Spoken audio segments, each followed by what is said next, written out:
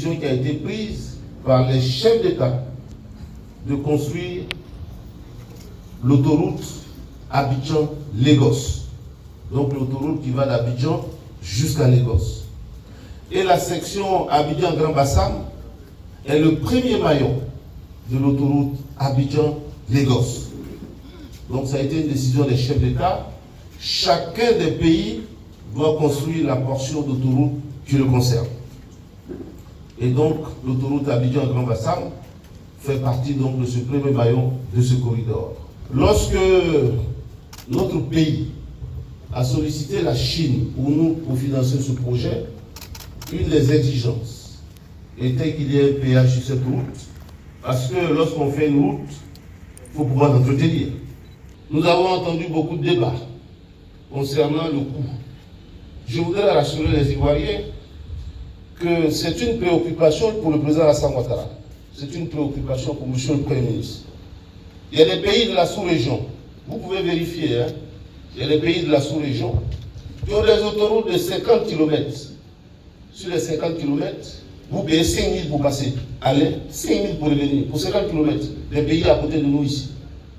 Ils ont construit des ponts qu'ils ont mis à la circulation. En février 2022, le pont a la même longueur que le troisième pont. Pour qu'un camion passe dessus, il faut qu'il paye 15 000. C'est pour ça que le coût du péage a été fixé à 1 000 francs. J'ai entendu beaucoup de choses sur les réseaux sociaux. Mais, vous voyez, l'ancienne route qui va à Bassam a été entièrement réhabilitée par le président. Le président, avec le ministre des Transports, a même mis des bus. Des nouveaux bus, ce ne sont pas les anciens bus, les bus Scania, tout neuf, pour permettre donc à nos compatriotes qui habitent Bassam de regagner à Abidjan à moindre coût. C'est ça le social, c'est ça la vision du président Alassane Ouattara. Donc, pour les transporteurs, c'est là-bas qu'il y a plus de villages. Donc, les passagers sont là-bas. Mais ceux qui doivent aller directement sur Aboisseau, aller vers le Ghana, pour eux, ils n'ont pas besoin de passer par Bassam. Donc, ils passent là, automatiquement, ils arrivent de l'autre côté. Donc voilà ce que je voudrais dire, que, chers frères, chères sœurs, c'est un tarif qui a été étudié par le président de la République.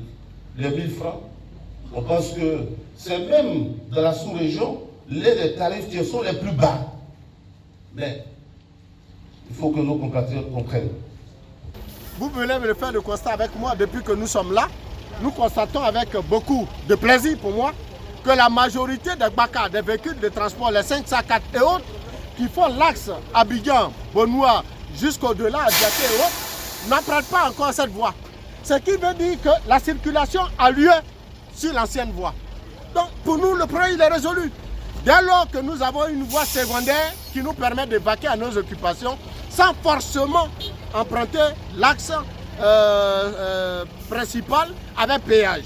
Donc pour nous consommateurs, s'il n'y avait pas de voie alternative, alors nous pourrions mener un autre combat allant dans ce sens. Dans tout ce qui est meubles, dans tout ce qui est masques, dans tout ce qui est choses, on prenait tous la voie de Grand Bassam l'ancienne. Et depuis qu'ils ont ouvert, si on veut, cette autoroute, la ville est morte à l'intérieur. Pour moi, ça fait plaisir parce que ça va redynamiser le commerce de Grand Bassam.